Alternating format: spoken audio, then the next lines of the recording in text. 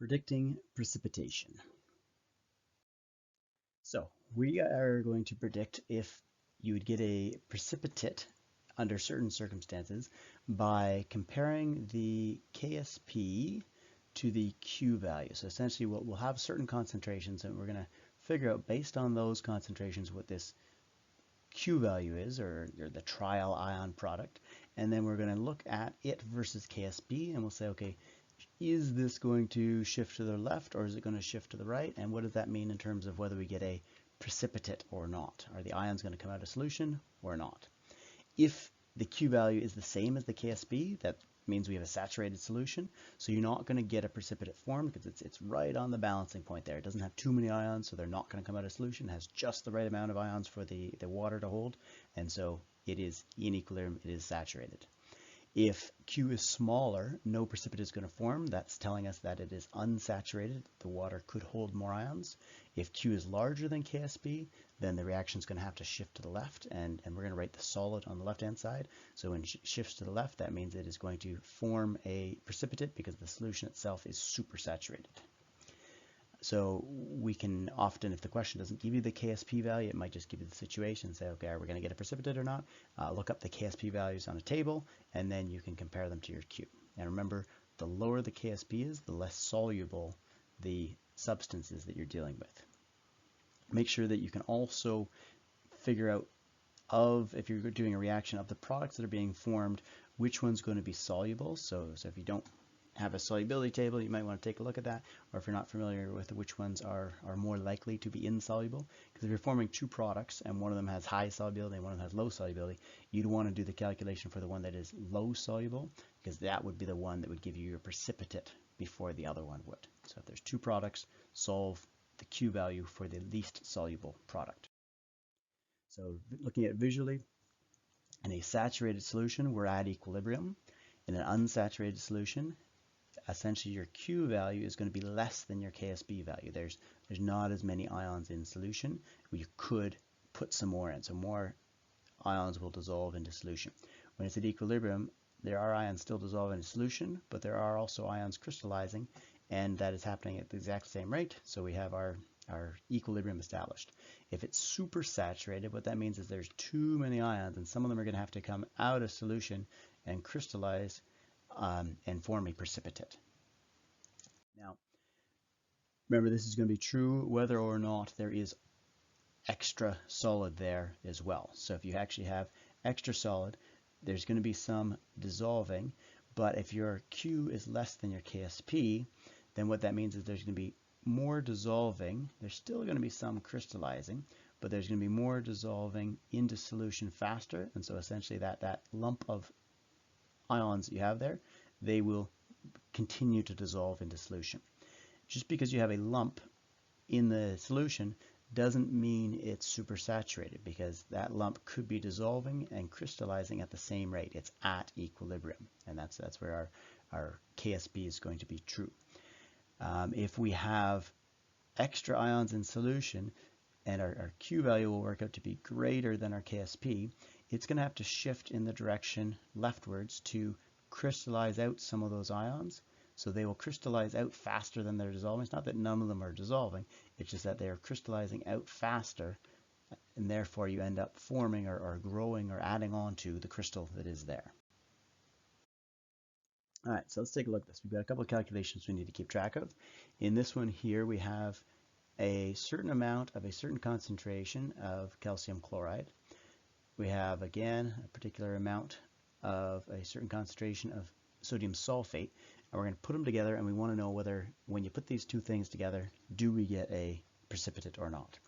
So the first thing is to write out the chemical reaction and to decide, okay, of the two products that are formed, so we do our double displacement reaction, of the two products that are formed, and you could look on a KSP table or a solubility table, and of the two of them, calcium sulfate is the most likely to be a precipitate compared to sodium chloride. So it is the least soluble of the two products.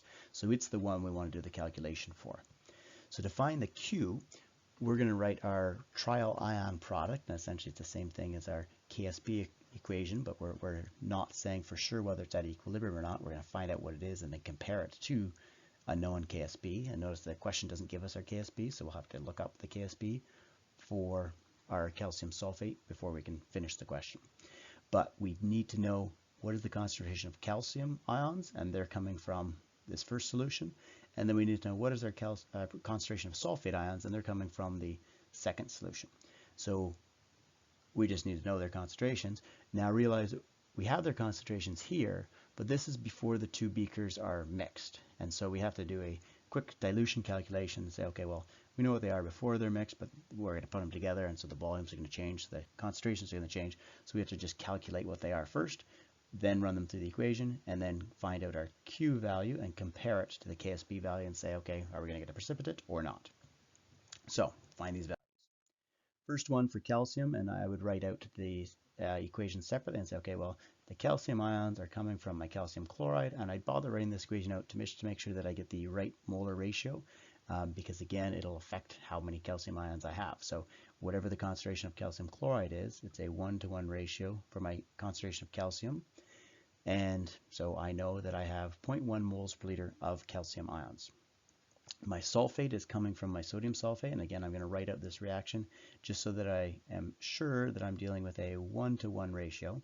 So my concentration of sodium sulfate is a 1-to-1 ratio over to my concentration of sulfate. So it is also going to be 0.04 moles per liter.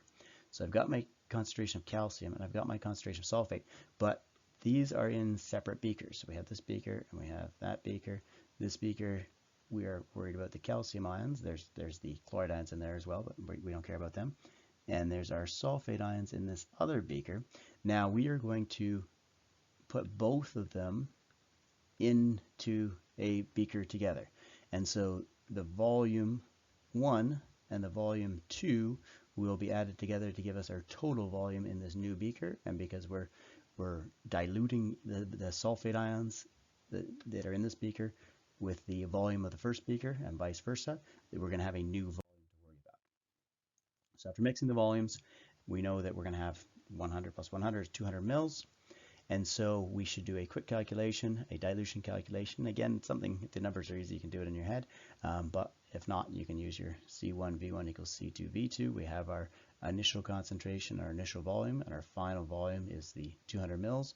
So we're going to solve for our final concentration.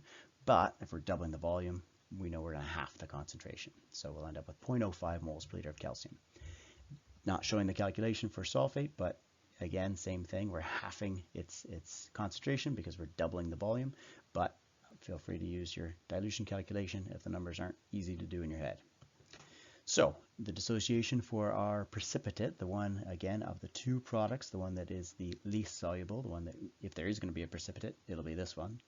And so we have the concentrations now. We can plug them in. So we have our sulfate concentration. And again, don't forget the molar ratio. This one happens to be a 1-to-1 ratio, but make sure you use the equation to figure out what the molar ratio is, and then whatever the coefficient is, they show up as an exponent in the Q expression. We have our 0.5 for our calcium ions, plug the numbers in, and we end up with a Q of 1 times 10 to the negative 3. Now, we compare that to our KSB, which is 7.1 times 10 to the negative 5. Our Q is going to be greater than our KSB, which means it's going to have to shift to the left. So remember, our KSB value is going to be anywhere from 0 to infinity, somewhere in between those two numbers for sure. And so if our Q value is over here, it's greater than our KSB value, we're going to have to shift to the left. We're going to have to take some of those ions out of solution. And when that happens, we're going to form a precipitate.